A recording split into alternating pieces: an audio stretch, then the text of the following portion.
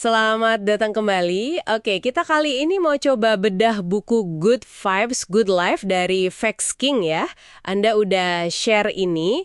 Fokusnya ya ke ide soal vibrasi, terus cinta diri, sama manifestasi. Gimana mewujudkan sesuatu gitu. Siap? Mari kita mulai. Siap. Buku ini intinya memang soal itu sih.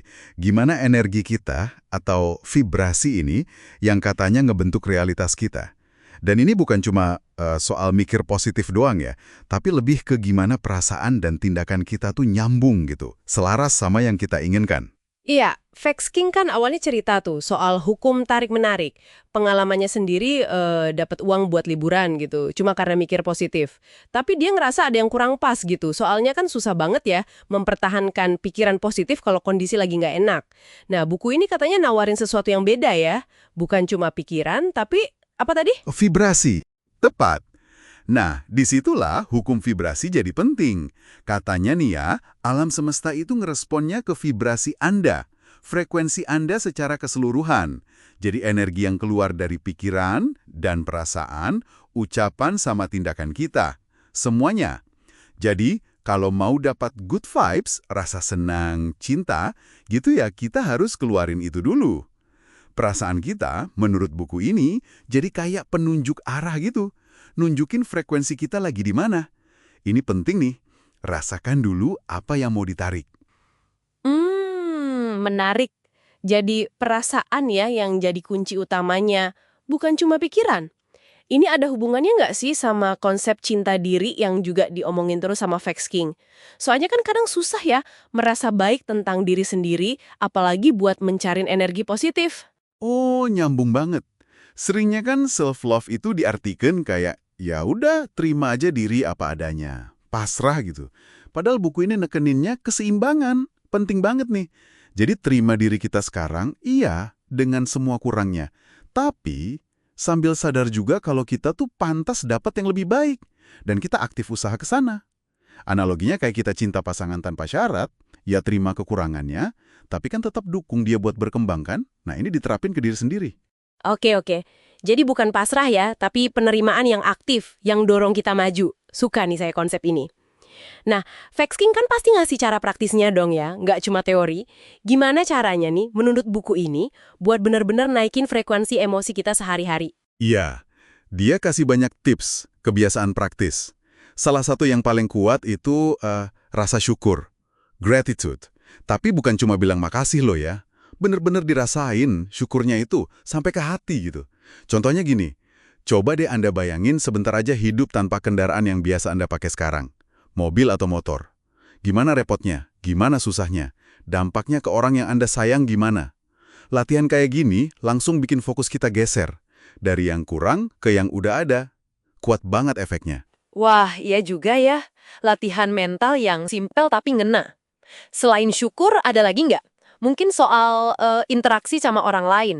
Kan suka ada tuh yang negatif. Ada. Soal ngadepin orang negatif. Buku ini ngingetin, penderitaan itu suka cari temen. Orang sering nyakitin orang lain tuh karena sebenarnya dia sendiri lagi sakit, lagi terluka. Jadi, penting banget buat jaga energi kita, melindungi diri. Bahkan kalau perlu ya jaga jarak. Itu bukan egois, tapi self-care, biar frekuensi positif kita nggak keganggu. Masuk akal. Jaga energi sendiri. Ini jadi ingat kutipan Henry Ford itu. Percaya Anda bisa atau tidak bisa, Anda bener. Kayaknya nyambung ya. Buku ini nekenin banget soal kekuatan keyakinan kita. Betul sekali. Keyakinan itu kan kayak kacamata ya. Kita lihat dunia lewat situ. Yaitu yang nentuin apa yang kita anggap mungkin atau nggak mungkin. Kalau dari awal udah yakin, nggak mungkin, ya kita sendiri yang nutup pintunya. Makanya, Vex King nyaranin kita buat berani nantang keyakinan yang ngebatasin itu. Terus gimana caranya nantang keyakinan yang udah nempel lama gitu? Cari bukti sebaliknya. Misalnya nih, Anda ngerasa nggak bakal bisa sukses karena latar belakang A. Coba deh, cari cerita orang-orang yang sukses meskipun punya latar belakang mirip A. Pelajari kisahnya. Terus, pakai afirmasi, kalimat positif yang diulang-ulang, sama visualisasi. Bayangin detail rasanya kalau tujuan udah tercapai. Ini alat buat program ulang pikiran bawah sadar. Oke, Afirmasi, visualisasi, jaga energi. Tapi semua ini kalau cuma di kepala aja ya percuma kan? Pasti butuh tindakan nyata juga. Nah, ini dia poin krusialnya. Niat tanpa aksi itu ya cuma angan-angan aja. Alam semesta mungkin ngasih sinyal, ide, peluang.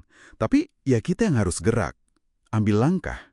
Vex King sendiri ceritakan, waktu dia butuh uang banget buat bayar utang, awalnya cuma berharap doang, nggak ngapa-ngapain. Sampai akhirnya dia sadar, dia kan punya jam tangan hasil menang lomba. Itu bisa dijual.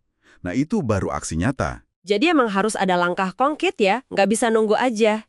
Dan kayaknya konsisten juga penting. Penting banget. Konsistensi itu kunci.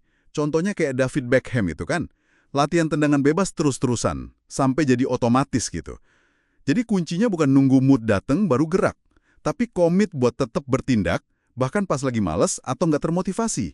Itu yang bedain antara harapan sama hasil nyata. Hadapi rasa takut itu, ya dengan tetap jalan, tetap bertindak. Oke, jadi kalau kita coba simpulkan nih buat Anda yang dengerin, intinya adalah kita sebenarnya punya kendali atas vibrasi kita, kondisi emosi kita. Caranya lewat kombinasi tadi, cinta diri yang seimbang, terima diri sambil terus usaha jadi lebih baik, terus lakuin kebiasaan positif kayak syukur, secara sadar juga ubah keyakinan yang menghambat, dan yang paling penting, ambil tindakan nyata. Konsisten. Ini bukan berarti hidup jadi mulus tanpa masalah ya. Nggak gitu. Tapi respon kita sama masalah itu yang bisa kita ubah. Iya, betul. Dan mungkin sebagai penutup nih, ada satu hal yang bisa Anda renungkan lebih dalam dari buku ini. Vex King kan banyak nyinggung soal gimana rasa sakit, kesulitan, itu justru bisa ngebentuk kita. Bahkan bisa ngarahin kita ke tujuan hidup kita yang sebenarnya. Coba deh Anda pikirin sejenak. Gimana kalau tantangan paling berat yang lagi Anda hadapi sekarang, itu sebenarnya bukan penghalang. Tapi justru, semacam petunjuk gitu. Kompas yang lagi ngarahin Anda ke tujuan tertinggi Anda. Cuma Anda belum sadar aja. Ya itu sesuatu buat direnungkan lebih lanjut mungkin.